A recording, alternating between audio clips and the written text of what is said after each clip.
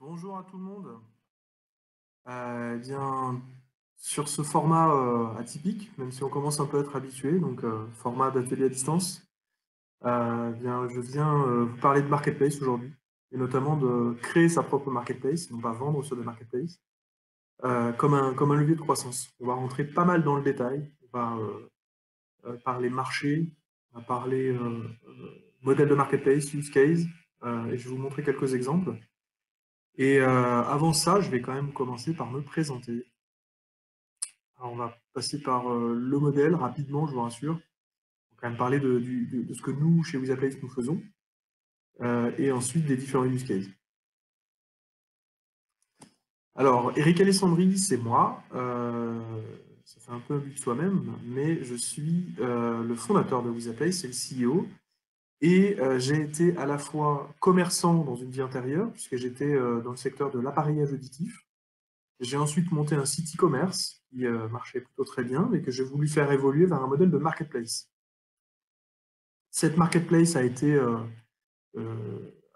avec un succès relativement fulgurant, avec près d'une dizaine de millions d'euros de ventes la première année, mais avec un coup d'arrêt tout aussi fulgurant et l'interdiction de la vente à distance du matériel audioprothétique. Et donc cette marketplace que j'avais lancée et qui marchait très bien, il fallait l'arrêter. L'idée que nous avons eue à cette époque-là pour continuer à vivre, eh bien, ça a été de vendre la technologie qu'on avait construite pour nous-mêmes à d'autres entreprises. C'est d'abord focalisé sur les startups, puis progressivement des entreprises, en plus de continuer à travailler avec les startups, avec des entreprises de plus en plus importantes, des PME, puis même des très grandes entreprises euh, que je vous présenterai un peu après. Je vais parler maintenant du modèle de marketplace. Donc, vous avez compris, chez WizAplace, donc on a d'abord été éditeur d'une solution, enfin, on a d'abord été opérateur du marketplace, puis éditeur de logiciels, et on accompagne nos propres clients. On a acquis une certaine expérience, une connaissance de ce modèle que je vais vous partager là. Alors des chiffres que tout le monde n'a pas forcément en tête, mais qui sont assez dingues. Plus de la moitié, et même on se rapproche maintenant plutôt des 60%, des ventes sur Internet, des ventes en ligne, se réalisent sur des marketplaces. Et contrairement à ce qu'on peut avoir comme commentaire parfois, qui est oui, mais Amazon et Alibaba, ça fait les trois quarts, c'est pas du tout le cas, très très loin de là, puisque il faut arriver à plus de 700 marketplaces avant d'arriver à la moitié de ce chiffre-là. Donc, il y a bien une volumétrie de marketplace importante qui se partage un très très gros gâteau. Quand on parle de l'ensemble des ventes en ligne dans le monde, on parle au total de plus de 3500 milliards d'euros de ventes en ligne. Et pire encore, c'est que ces parts de marché des ventes qui se passent sur des marketplaces versus sur des sites e-commerce mono-vendeurs, eh bien, elle augmente, puisqu'elle va arriver aux alentours de 67%, donc les 2/3 des ventes mondiales en ligne, d'ici à fin 2022. Donc on est sur une part de marché qui est grandissante. En B2B, eh bien, cette proportion est encore plus importante, puisque on est sur les trois quarts, 75% des ventes des achats indirects, hein, donc tous ces achats que les entreprises consomment pour pouvoir exercer. 75% de ces achats en ligne d'ici à fin 2022, là encore. Donc on se retrouve avec un poids des marketplaces qui devient archi-dominant, tout simplement, c'est le bon terme, alors qu'il représente une infime minorité en nombre de sites. Et ça se traduit comme ceci. En rouge, vous avez les sites qui sont des marketplaces, et en noir, le site qui n'est pas une marketplace dans le top 10 des sites les plus visités en France, des sites transactionnels, bien sûr, les plus visités en France. C'est Leclerc. On sait tous que cette entreprise a elle-même un projet de marketplace. Qu'est-ce que ça veut dire? Ça veut dire que non seulement les marketplaces se multiplient, qu'elles ont des transactions très importantes, mais tout simplement que les consommateurs plébiscitent ce modèle. Manifestement, ils les recherchent et ils sont en pleine adhésion du modèle. Sur quelle typologie de marketplace on est en train de parler? Eh bien, elle se découpe principalement avec deux grandes dimensions. La cible d'utilisateurs, donc les utilisateurs vendeurs et les utilisateurs acheteurs, puisque c'est le principe d'une marketplace, elle regroupe deux types d'utilisateurs. On a les marketplaces C2C, On connaît tous Le Bon Coin, Facebook Marketplace, eBay, ou en Suisse Ricardo, par exemple. Les marketplaces B2C, alors évidemment, c'est les plus fameuses, les plus connues, avec les Cdiscount, Amazon, Fnac, etc., aux États-Unis, Walmart. Et les marketplaces B2B, donc la marketplace Amazon Business, Mercateo, HC360, qui est gigantesque, et bien sûr Alibaba. Ensuite, on a une tendance de fond extrêmement puissante et qui porte la quasi-intégralité de la croissance du modèle marketplace. C'est important de le comprendre, ce ne sont pas les marketplaces horizontales ou généralistes qui sont amenés à vendre sur des catégories extrêmement larges, ce sont bien les catégories verticales, les marketplaces verticales, qui vendent sur un segment de catégories beaucoup plus étroit. Donc, dans le domaine des marketplaces C2C, on connaît tous Blablacar et son offre de covoiturage. Il y a également sur les offres de biens à louer, avec les Airbnb, ou à échanger, ou encore ce qu'on appelle les marketplaces de jobbers. Eh bien, toutes ces marketplaces-là ont en commun d'être sur un segment beaucoup plus étroit. On ne peut pas acheter et une formation en ligne, et une heure de ménage, et un bien à louer. Elles sont spécialisées. Les marketplaces B2C, de la même façon, se spécialisent de plus en plus. Et comme je vous le disais, les marketplaces qui se créent sont de plus en plus spécialisés dans le tourisme, dans la vente de vêtements, dans le bricolage, dans les produits d'occasion, plus ou moins discount. Évidemment, sans avoir la prétention de vous donner une exhaustivité de toutes les verticales qui existent, puisque c'est l'occasion pour moi de vous donner un petit chiffre. Il existe à ce jour plus de 50 000 marketplaces dans le monde, contre aux alentours de 5 millions de sites e-commerce. Donc le rapport, évidemment, est infiniment en faveur du nombre de sites e-commerce, et pourtant, le gâteau se partage, comme on l'a dit tout à l'heure, de façon tout à fait inéquitable entre les marketplaces et les sites e-commerce.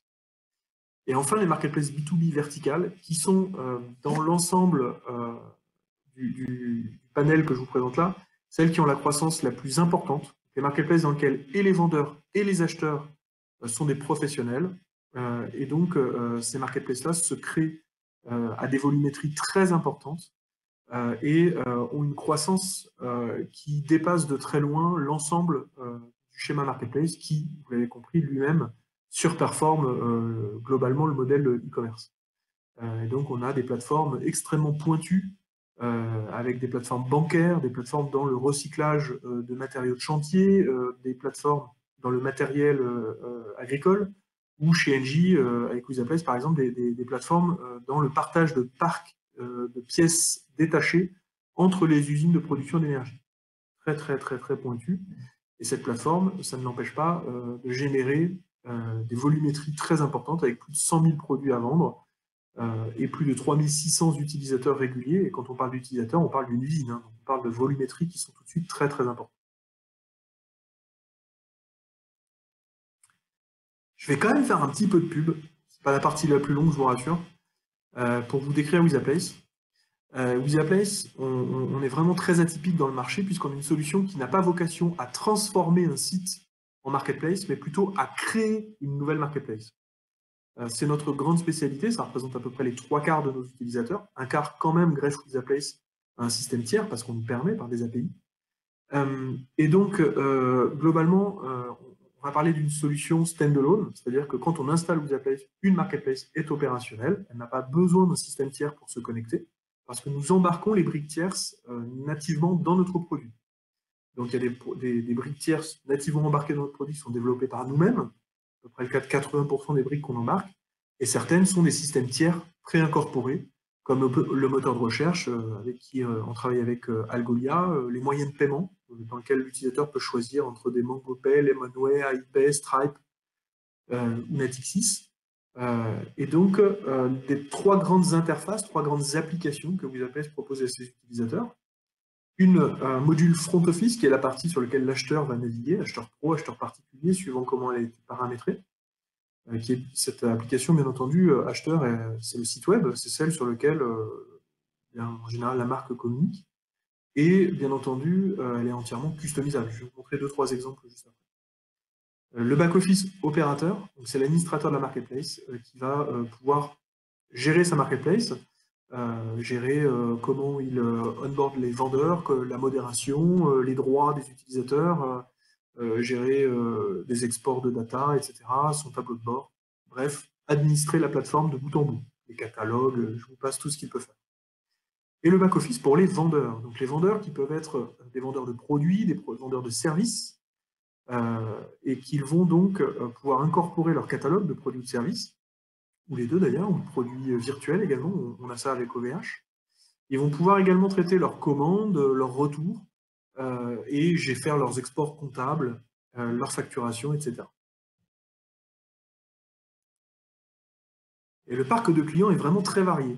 Ça va de la start-up qui parfois, et même souvent, a décollé très fort, comme Petch dans l'animalerie, qui devient vraiment significatif sur le marché, ou encore Warmango dans le B2B dans la plomberie. Ils viennent de faire une grosse levée de plusieurs millions d'euros grâce à leur croissance. Ils ont une croissance de 35% par mois actuellement.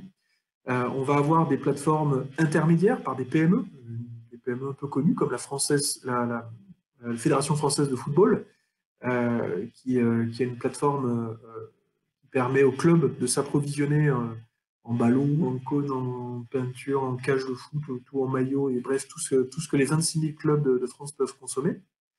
Des PME qui sont en train de devenir un peu plus que des PME, comme Pharmacy Store, qui est aujourd'hui le leader dans la distribution en ligne à destination des pharmaciens, des produits cosmétiques, parapharmacie, dispositifs médicaux, etc.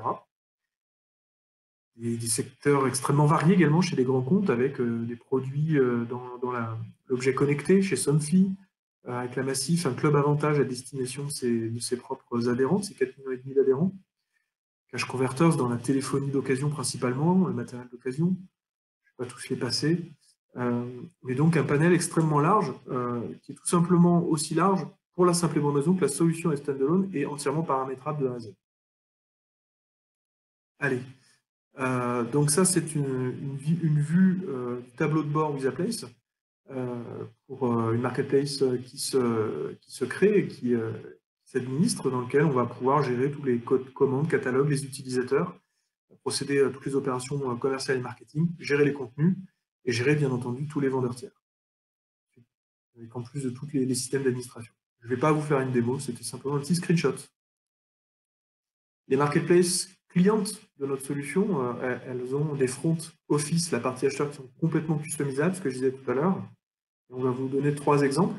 OVH Cloud, qui est bien entendu une société de technologie très connue, et qui a créé un écosystème autour de son cloud, avec une banque, comme un App Store, un store d'applicatifs, de toutes les solutions hébergées sur OVH. Warmango, dont j'ai parlé tout à l'heure, qu'il a une marketplace B2B dans la plomberie, à destination du plombier, et donc sur lequel il y a tout un système assez fin de gestion de droits, puisqu'à la fois ils veulent évidemment du référencement naturel, et en même temps ils ne veulent pas afficher les prix que les pros obtiennent aux particuliers qui pourraient être leurs clients. Et donc ils ont un système très fin qui leur permet de gérer quel type de contenu s'affiche en fonction du type d'utilisateur. Et enfin, Massif, donc, qui s'est créé une marketplace à usage de ses adhérents, qui consiste à une sorte de vente privée, ou plutôt presque de comité d'entreprise à destination de ses adhérents, et qui lui permet bien de faire bénéficier d'offres dans énormément de secteurs différents. Là, on le voit, une publicité pour l'électroménager, mais si vous allez sur Massif Avantage, vous verrez qu'on peut acheter des tickets pour Disneyland, louer une voiture ou acheter une nouvelle télévision. Le tout, bien sûr, Massif étant un club avantage, n'est possible que si une remise est présentée à ses adhérents. Parler du modèle et en rentrant dans le détail, notamment sur les use cases maintenant. Alors, je vais regarder pour le timing. Pas de problème, ça fait 15 minutes. On est très bien. Il y en a un peu en avance. Alors les raisons de créer une marketplace, la première raison et la plus fréquente, c'est ce qu'on appelle le one-stop shopping. L'objectif est clairement d'aller créer une offre la plus exhaustive possible dans un segment donné. Par exemple, marketplace qui est un développement custom, hein, ils sont leur propre fournisseur technologique, qui est ManoMano, qui utilise ce modèle dans l'objectif clair et non dissimulé d'avoir l'offre la plus importante du marché, de façon à ce que eh bien, l'utilisateur qui commence à rentrer sur cette plateforme eh bien, ne va plus chercher via Google ou via des comparatifs l'endroit dans lequel il va acheter. Tout simplement parce qu'il va avoir le ressenti qu'il peut tout trouver. Typiquement, quand moi je veux chercher un livre, je vais sur Amazon. Je ne fais pas la recherche sur Google qui me mènerait potentiellement à Amazon ou à un autre site, car je sais qu'Amazon est probablement la plateforme au choix le plus large dans le domaine du livre. Et c'est pareil pour Airbnb, dans lequel, lorsque je veux louer un bien, je commence par cette plateforme dont je sais qu'elle a probablement le parc de produits à louer le plus important du marché. Ça, c'est la stratégie du one-stop shop, qui a été clairement créé, en tout cas mis en valeur par Jeff Bezos et Amazon, donc puisqu'il a commencé très tôt, en 1995, à dire cette citation qui était je veux vendre tous les livres du monde. C'était extraordinairement ambitieux. Il y a plus de 250 millions de références de livres à ce moment-là dans le monde. Et évidemment, il ne pouvait pas atteindre cet objectif en achetant et en étant distributeur de l'ensemble du parc de livres du monde entier. Donc, trouver le plus grand nombre de produits ou de services, hein, par exemple, comme je vous l'ai cité tout à l'heure, par exemple, un Malte veut le parc de freelance le plus large possible, mais également avoir l'avantage de pouvoir regrouper ses commandes sur un seul panier en ne payant qu'une fois. Ça peut paraître extrêmement simple, et en même temps c'est un peu pénible si on veut faire ses soldes, de finir sur 5 sites différents pour acheter une paire de chaussures, un pantalon, une ceinture et un chapeau. C'est quand même assez pénible de finaliser autant de transactions. Et augmenter le niveau de confiance. Je vais en parler un peu plus loin parce qu'à lui seul, c'est un élément que le modèle marketplace permet, que le modèle e-commerce ne permet pas. Donc, stratégie du one-stop shop, offrir aux consommateurs la possibilité de réaliser la majeure partie de ses achats au même endroit. Donc, ça veut dire quoi? Ce sont des marketplaces, dès lors qu'elles vont dans une optique de one-stop shopping, qui ne sélectionnent pas les vendeurs. Elles n'ont pas de stratégie sélective. On parle de marketplace ouverte. La marketplace ouverte, donc, a un objectif clair, c'est d'augmenter sensiblement la taille du catalogue par tout type de produits dans le segment retenu.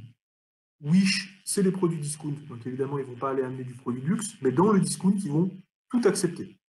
Et ensuite, ils vont effectuer un contrôle a posteriori, grâce aux évaluations, grâce aux différents KPIs qui sont mesurables grâce aux plateformes et aux outils, mais elles vont bien, en amont, accepter n'importe qui. Et donc, c'est l'une des conséquences de ce choix stratégique, c'est que ce ne sont pas des plateformes fermées ou semi-fermées sur le fait de rentrer des vendeurs. Certaines plateformes, elles, au contraire, font des choix de fermeture. Mais dans ce cas-là, elles vont être, pour ce qui est de l'intérêt stratégique, elles vont s'éloigner sensiblement du modèle one-stop shop. Donc cette concentration de produits, elle a vraiment pour objectif de viser l'exhaustivité et la longue traîne pour être l'offre de référence. Le modèle marketplace, pourquoi il le permet plus que les autres modèles? Tout simplement, la création de catalogues, elle est scalable. C'est le directeur stratégie de Havas qui a dit une phrase que j'aime beaucoup. Le plus gros loueur de biens immobiliers dans le monde ne possède aucun bien immobilier, Airbnb. Le retailer le plus évalué dans le monde, à la meilleure valorisation dans le monde, ne possède aucun stock, c'est Alibaba. La société qui transporte le plus de passagers dans le monde ne possède aucun véhicule ni aucun chauffeur, c'est Uber. Et tout ça, ça n'est possible que grâce justement à ce principe d'intermédiation. La marketplace ne possède pas ou n'exécute pas ce qu'elle vend. Et donc, elle peut ainsi être dans une optique non pas de sourcer un produit, mais de sourcer systématiquement des vendeurs qui eux-mêmes possèdent parfois des centaines ou des milliers de produits. Et c'est ce qui rend la multiplication impossible à suivre pour une plateforme qui ne serait pas en modèle marketplace. L'expérience d'achat, en tout cas par les utilisateurs, elle est jugée optimale. On peut mieux comparer, on peut mieux choisir, on a un paiement unique, on peut suivre ces différentes livraisons ou factures dans un même espace Mon Compte ou espace profil. Et on a un intermédiaire qui séquestre l'argent au fur et à mesure de la relation avec le vendeur. En clair, on a un degré de sécurité qui est beaucoup plus important. On a tous, j'en suis certain vous aussi, procédé à des commandes sur des plateformes, à des vendeurs tiers, à qui on n'aurait pas fait confiance si on avait commandé directement sur son propre site. On n'a jamais autant acheté en direct, même un particulier, c'est un peu malheureux dans une optique CO2, mais directement avec des envois à Hong Kong, ou même dans des pays qu'on connaissait à peine. Moi, j'ai eu une expédition d'un produit très particulier qui est venu du Laos, et sur lequel je suis absolument certain que je n'aurais pas été sur ce site e-commerce directement de l'entreprise vendeuse dans un site au Laos. Par contre, sur Amazon, ou sur, en l'occurrence, c'était pas Amazon d'ailleurs, j'ai une bêtise, c'était sur la Fnac, eh bien, je sais que le système me sécurisera en cas de litige. On va avoir un bénéfice, du coup, l'utilisateur qui est assez clair, marché plus large, on peut augmenter le volume de vente. La solution est conçue pour, grâce à une agrégation de vendeurs et non pas de catalogue, de permettre une rotation de stock plus importante. Les outils techniques et de gestion, notamment sur le paiement, vont permettre une plus grande scalabilité du système.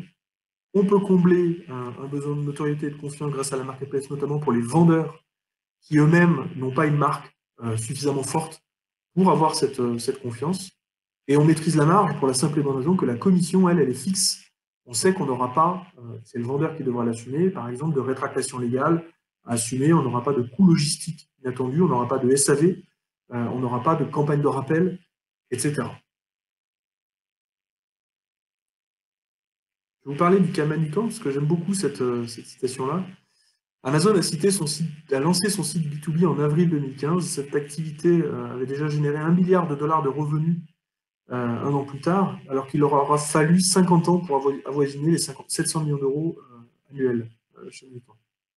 Manutan, c'est 1 million de clients, 1850 fournisseurs et plus de 150 000 références. Pour ça, il leur faut 190 000 m² de surface de stockage. Eh bien, Amazon B2B, donc Amazon Business, pardon, représente aujourd'hui non pas 150 000 références, mais tenez-vous bien, 150 millions de références. Donc 1000 fois plus de références dans des catégories similaires à Manutan. Donc le one-stop shop n'est plus, il l'était Manutan, mais c'est devenu Amazon Business, d'autres marketplaces B2B verticales. Voilà la difficulté que vivent un peu ce type de plateforme historique. Alors pourquoi le système de marketplace vient apporter un niveau de sécurité plus important? D'abord, on le sait, ça c'est les chiffres FEVAD. La FEVAD nous explique que quand on demande aux utilisateurs est-ce que vous êtes confiant au moment d'acheter en ligne, à 36% ils disent non, j'ai peur de me faire arnaquer, à 30% j'ai peur d'avoir de manquer de garantie. Et donc, on a un niveau de confiance qui est encore très modeste. Et quand on sait que si on avait un moyen pour réduire ces 36 et 30%, sensiblement, évidemment, il y a un levier de croissance qui peut être très important. Là, évidemment, les acheteurs privilégient les sites dont la marque est reconnue et aujourd'hui, ils plébiscitent donc le modèle marketplace. Donc ce modèle marketplace est un modèle qui, par définition, donc, joue un rôle d'intermédiaire, de tiers de confiance entre les vendeurs et les acheteurs. Cette position d'intermédiaire, elle permet de vendre aux acheteurs le fait d'être dans une opération qui peut être sélective. Je vous l'ai dit tout à l'heure, ce n'est pas toujours vrai. Par contre, la deuxième ligne est systématiquement vraie, il y a un système de contrôle des vendeurs. Un vendeur qui aurait 3 commandes de suite avec des déclarations d'acheteurs qui disent que crient à l'arnaque, on leur a envoyé un sachet de pierre au lieu d'un iPad, eh bien, immédiatement, ce vendeur va être suspendu. Son compte va être supprimé, son accès sera supprimé. Résultat, les acheteurs, évidemment, ne seront 3 qu'à s'être fait avoir, contrairement à un site e-commerce que cette entreprise malveillante aurait créé et qui peut arnaquer des dizaines de personnes chaque jour. Évidemment, c'est un scénario qui peut paraître un peu fictif. Ce qui est important, c'est le ressenti de l'utilisateur. Celui-là, il ne se négocie pas.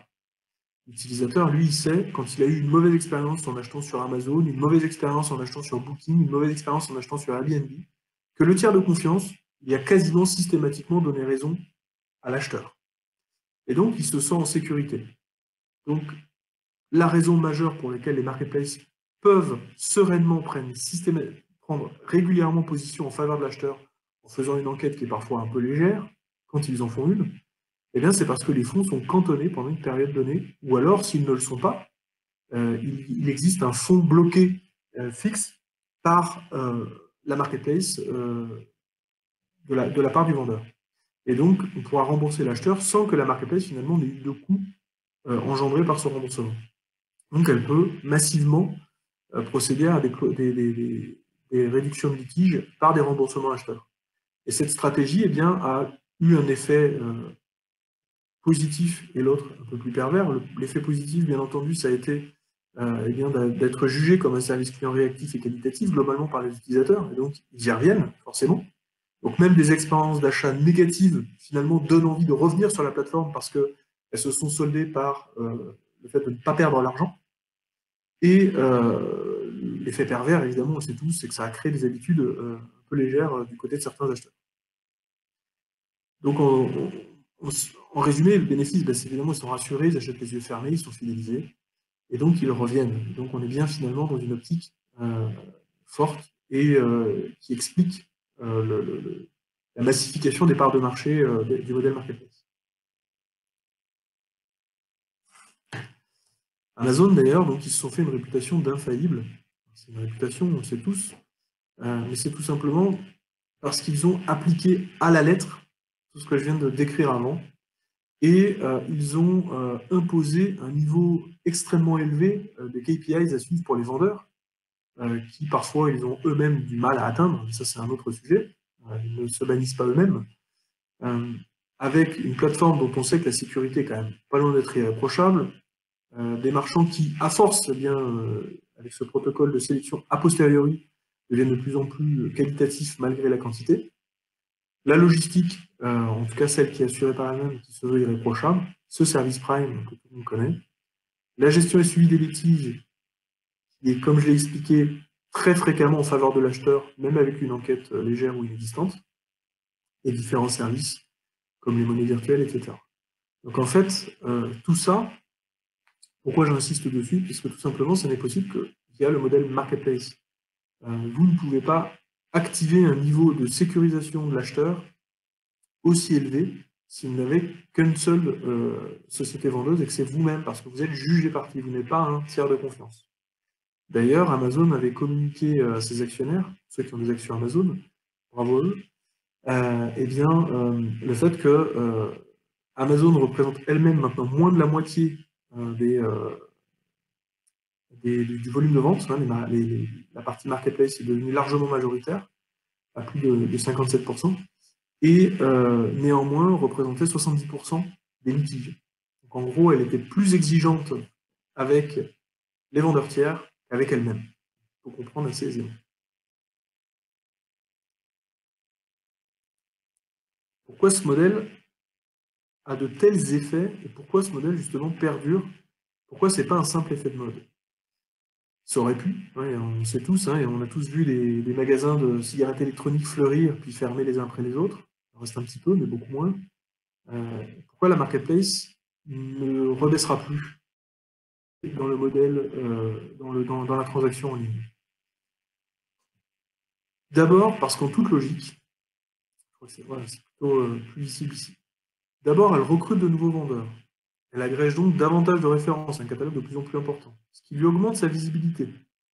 Je vous rappelle que Google, forcément, aime les catalogues extraordinairement larges.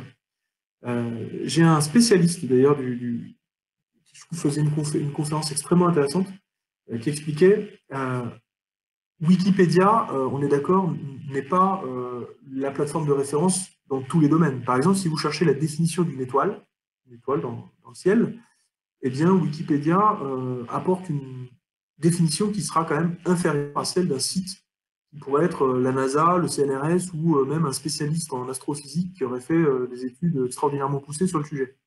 Et pourtant, Wikipédia va, dans le domaine de la définition, être quasi systématiquement mis en référence par Google. Pourquoi? Eh bien, c'est parce qu'il y a une quantité, une largeur de catalogue extrêmement importante. Et bien, pour Amazon, c'est exactement pareil. Et pour les marketplaces, généralement, c'est exactement pareil. Plus elles ont un catalogue profond et large dans leur segment, et plus elles vont avoir une qui va grandir pour Google. C'est assez impressionnant et ça crée des sortes de cocons sémantiques qui donc s'auto-alimentent positivement. Et donc ça accroît la visibilité de façon réellement spectaculaire. C'est une courbe exponentielle très très importante. Donc quand le catalogue s'accroît, sans même évidemment parler de capacité marketing qui serait à un niveau important ou pas, ça crée une croissance de trafic. Dès lors, les multiplications des ventes suivent si vous avez un trafic plus important avec un catalogue plus important, assez naturellement. Et dès lors que vos ventes augmentent, vous allez séduire davantage de vendeurs, puisque vous avez davantage de ventes. Et là, vous rentrez dans un moment où, grâce aux multiplications des ventes, vous avez plus de vendeurs, donc plus de catalogues, plus de visibilité, plus de trafic, plus de ventes, etc. On appelle ça un accroissement itératif par batch, qui est un terme qui a été popularisé par Mano Mano, qui crée un accroissement de sa base vendeur et de sa base acheteur de façon assez par palier, par batch, le terme qu'ils utilisent. Et donc, avec une stratégie qui consiste à tout focaliser leurs efforts pendant une période sur le recrutement de vendeurs, ensuite bien incorporer tout leur catalogue, mettre ça en avant avec des contenus sur Google, créer une multiplication des ventes après, en ayant oublié de travailler sur les vendeurs, et une fois que l'effet des ventes est arrivé, ils arrivent avec de nouveaux chiffres hyper sexy, ils séduisent de nouveaux vendeurs, etc. C'est un fonctionnement que Uber a également utilisé pour ses démarrages, dans lequel ils ont d'abord tout fait pour séduire de nouveaux vendeurs avec peu de ventes, mais comme ils avaient un parc de VTC dans chaque ville qui grossissait, eh bien les courses ont été multipliées parce que le catalogue, c'est-à-dire le nombre de chauffeurs VTC disponibles augmentait, et grâce aux courses qui étaient de plus en plus importantes pour chaque chauffeur, eh bien, ils ont pu séduire de nouveaux chauffeurs VTC. Donc ce fonctionnement-là est vraiment, dans le modèle marketplace, extrêmement vertueux, et par contre extrêmement dépendant au démarrage de ce premier point. Donc la première étape est bien celle-ci, c'est-à-dire le recrutement de nouveaux vendeurs.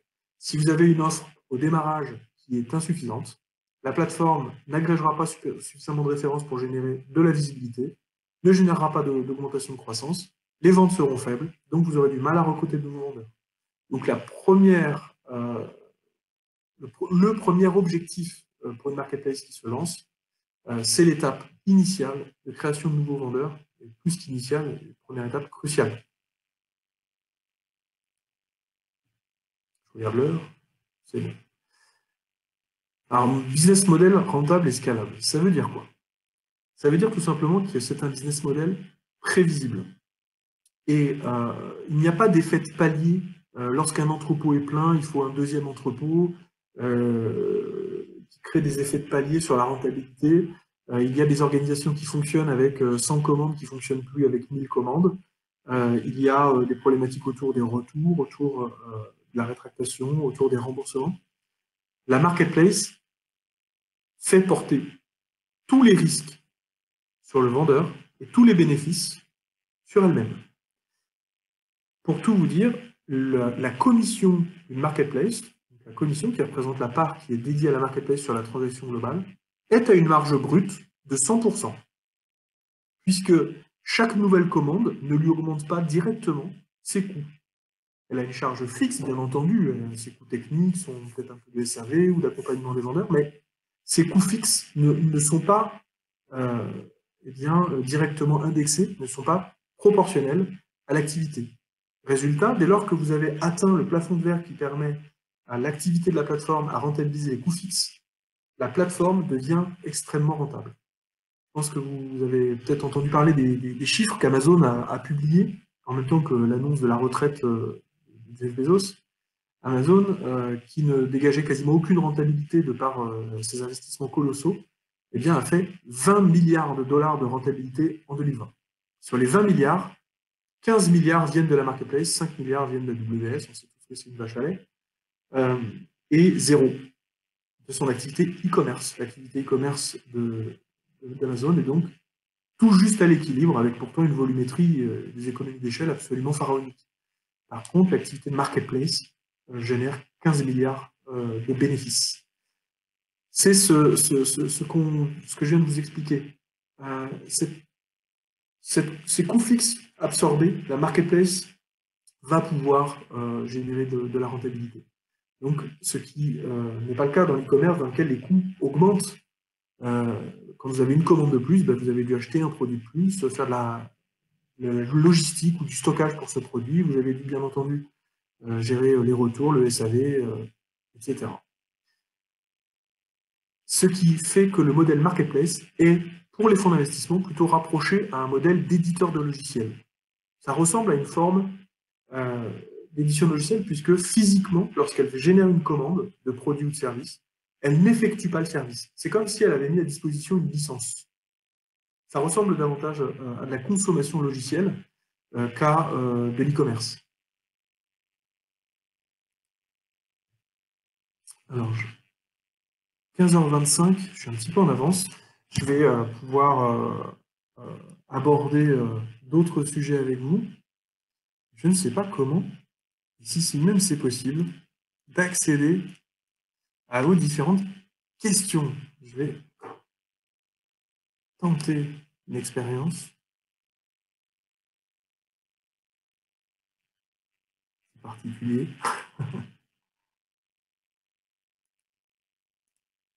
Une petite seconde. Je vais y arriver. Je vais aborder un autre point pendant que j'y suis, pendant que j'y pense. Je vais aborder. Je teste, je demande quelques secondes, le temps de voir si de mon côté, j'ai la possibilité d'échanger avec vous, ce que j'aimerais pouvoir faire.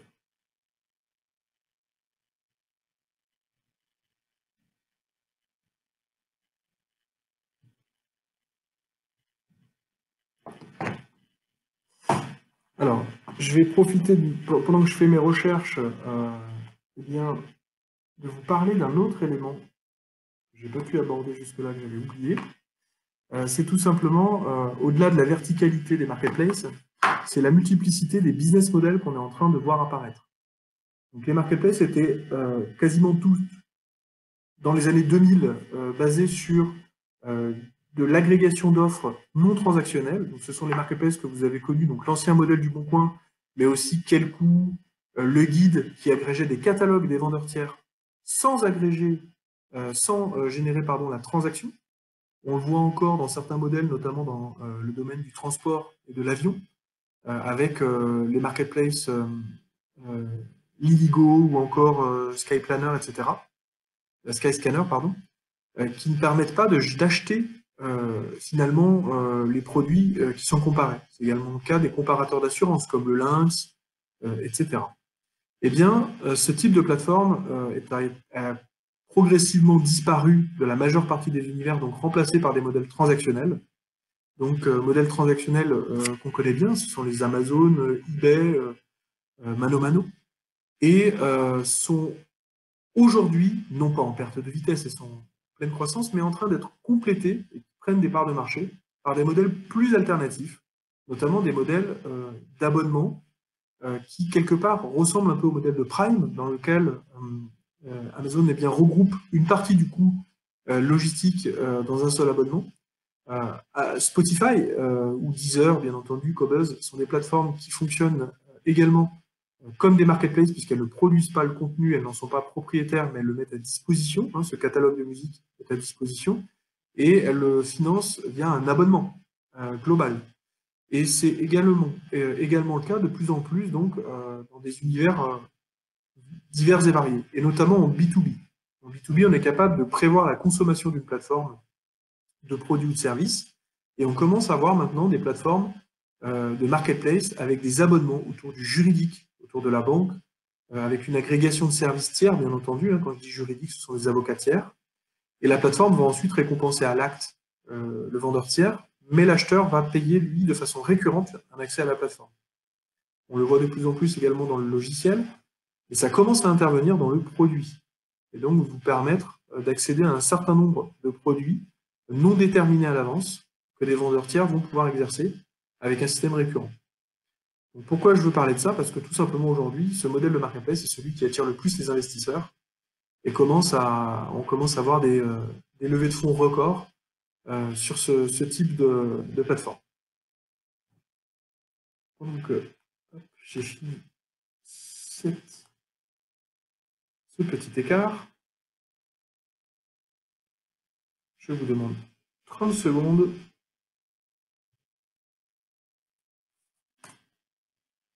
Le temps d'aller voir si l'on peut réussir à échanger avec vous.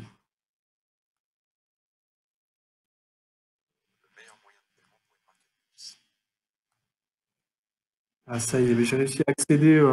Ok. Alors, super.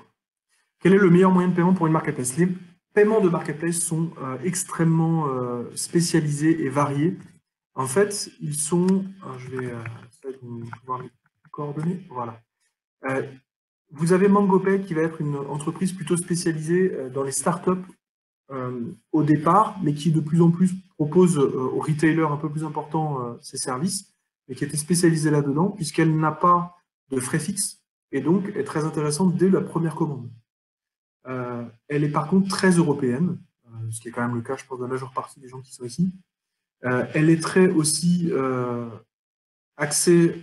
Ah, je vois voilà, un décalage. Elle est très axée aussi sur tout ce qui est plateforme de type crowdfunding.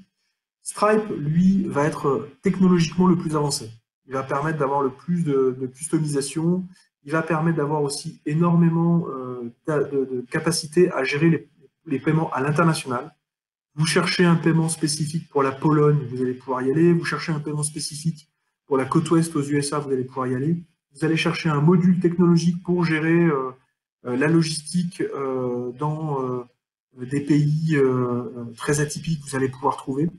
Stripe est donc la plateforme qui se veut la plus complète technologiquement, mais également la plus internationalisable. Par contre, quand on commence, c'est pas forcément celle qui est le meilleur marché. Elle va prendre un pourcentage de commission quand vous avez des volumétries encore assez jeunes. Elle va prendre des commissions qui vont être un peu élevées. C'est la problématique qu'on va rencontrer. Ensuite, marque versus marketplace. Quel est le risque pour le site d'une marque à devenir une marketplace? La problématique des marques, elle est surtout politique vis-à-vis de son réseau. Ce qu'on sait tous, c'est que les marques aujourd'hui vendent quand même, à part quelques DNVB, vendent très majoritairement à un réseau qui lui-même va distribuer la marque ou à un réseau ou à des licenciés. Les marques, elles doivent faire très attention donc à tout ce qui est problématique de gestion de, de, de son réseau, donc de la concurrence avec son réseau.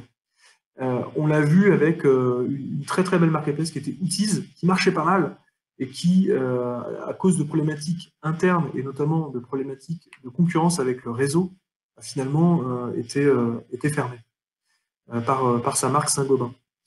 Donc, dès lors qu'on arrive à faire intégrer finalement le réseau à la plateforme, on peut d'ailleurs, comme l'a fait Cash Converters, intégrer le réseau comme étant vendeur sur la plateforme, et bien non plus être perçu comme un concurrent, mais finalement comme un apporteur d'affaires. Donc c'est le plus gros écueil pour les marques.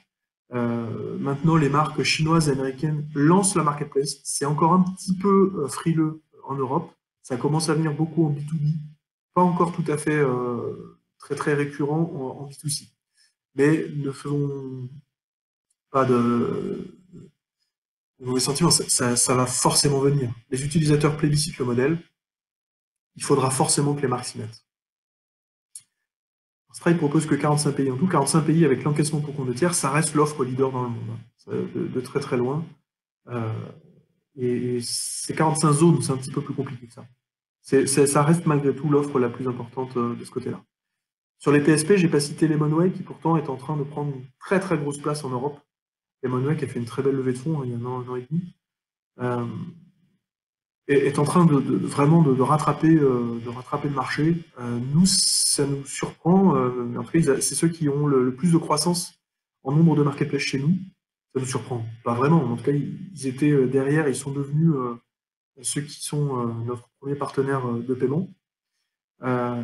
Et ensuite, on va avoir iPay, qui est surtout spécialisé dans les grands projets qui ont déjà une volumétrie un peu importante.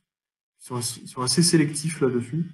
Et ils vont également, par contre, avoir des grandes spécialités au niveau de l'antifraude. Donc, tous les business qui sont à gros risque de fraude, ils vont avoir énormément d'outils pour lutter contre ça. Ils vont être très bons. Grosse volumétrie et risque de fraude, iPay est quand même un très très bel acteur.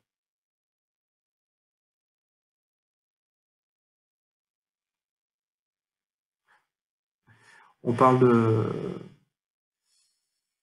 il y a toute une discussion autour du smart bidding sur lequel je vais avoir moins de valeur ajoutée que d'autres. Donc, mais globalement, il y a une question qui est quel est le budget minimum quotidien pour avoir des résultats visibles? Avant ça, je vais parler du budget pour la création du marketplace. Je pense que ça peut être je pense quelque chose qui peut intéresser. Avant que WizAplay ça arrive sur le marché, il fallait entre 500 000 et 1,5 million d'euros. Les plateformes les plus dépensières pouvaient arriver à des sommes jusqu'à 5-10 millions d'euros. Ça a été le cas d'une plateforme chez Renault, par exemple. Mais globalement, c'est des coûts très importants. WizAplay, on est arrivé avec l'objectif de péter les prix. C'est un peu violent comme terme, mais c'est vraiment le terme. On a voulu être le EasyJet de la plateforme de marketplace. Et pendant des années, on a vendu la plateforme à 10 ou 15 000 euros. Nos clients sont devenus de plus en plus exigeants, bon, à la fois sur le périmètre fonctionnel, qui aujourd'hui, on va être franc, est absolument complet et couvre 100% des besoins. On n'a plus de problématiques du côté périmètre fonctionnel ou technique.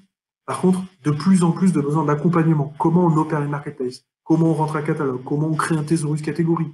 Comment on gère les problématiques juridiques? Comment on onboard ses vendeurs? Comment on les accompagne? Comment on crée une offre qui permet de se déployer à l'international, etc., etc. Donc on a énormément grossi sur la partie conseil à la demande de nos clients. Et aujourd'hui, créer une marketplace, on va plutôt être à partir de 50 000 euros et jusqu'à, pour les grands comptes qui ont vraiment des besoins de connexion, système d'information assez pointus, qui ont des envies d'aller très loin dans la customisation, on peut aller jusqu'à 150 000 euros. La moyenne se situe plus près de la barre basse que de la barre haute. On a plutôt des projets 70 000 euros est un coût médian. J'ai envie de dire un coût médian. Pour ce qui est du budget marketing, on va être sur des sujets un petit peu complexes. Il y a des plateformes qui se lancent et qui réussissent, j'insiste sur le mot qui réussissent, avec 0 € de budget marketing. Il y en a de moins en moins, évidemment, parce que la concurrence se fait de plus en plus forte. Mais globalement, ces plateformes, en général, sont plutôt B2B, puisqu'elles ont besoin de peu de commandes, vu la taille des paniers moyens, pour rapidement amorcer la pompe et rapidement pouvoir être dans ce fameux cercle vertueux que je décrivais tout à l'heure. À l'inverse, en C2C, où les paniers moyens sont très bas, il faut un investissement très important pour amorcer la pompe. Et le B2C se situe en intermédiaire. En C2C, les plateformes ont besoin d'une volumétrie d'investissement qui fait que pendant 3 ans, elles vont être déficitaires, clairement. Et c'est pas rare d'avoir des plateformes qui génèrent des budgets marketing plusieurs centaines de milliers d'euros pour leur année de lancement, avant d'atteindre une masse critique, parfois plusieurs millions d'euros, peut-être sur l'année 2, pour atteindre la fameuse masse critique nécessaire à la rentabilisation des coûts fixes. Or, je le disais tout à l'heure, une fois les coûts fixes rentabilisés, la marge et les bénéfices deviennent très importants. Et donc, il est beaucoup plus simple d'atteindre cette volumétrie avec les paniers moyens B2B qu'on peut avoir généralement qu'avec des paniers moyens C2C qui, en général, sont de quelques euros ou quelques dizaines d'euros grand maximum, évidemment. Donc, gros enjeu autour du panier moyen et de la répétition des achats. Donc on considère d'ailleurs parfois en marketplace que le panier moyen ne correspond pas forcément au panier d'une commande, mais au panier d'un utilisateur chaque mois. Si un utilisateur est revenu 10 fois dans le mois, par exemple chez Uber, hein, vous pouvez tout à fait reprendre 10 VTC dans le même mois, eh bien vous allez vous retrouver avec un panier moyen qui va dont Uber va juger que c'est la totalité, puisqu'il n'a pas lui effectué autant de courses. Il va surtout calculer combien vous avez généré et totaliser cette somme-là comme étant son panier moyen chez tel utilisateur. Et donc là, on a une stratégie non pas de hausse du panier moyen, parce qu'ils ne pourront pas, Uber, vous forcer à faire une course plus longue. Par contre, ils peuvent vous provoquer l'envie de réaccéder au service plus fréquemment. Donc voilà, l'enjeu marketing est de couvrir les frais fixes. Et il est plus facile de couvrir les frais fixes, soit lorsque vous avez un panier moyen élevé, soit lorsque vous avez une répétition de l'achat chez le même utilisateur qui est élevée.